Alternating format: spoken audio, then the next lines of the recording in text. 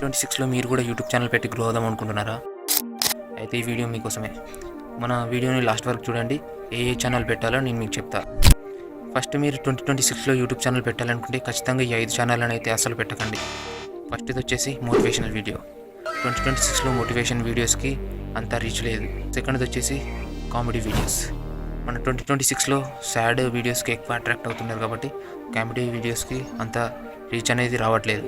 Third వచ్చేసి copy paste videos.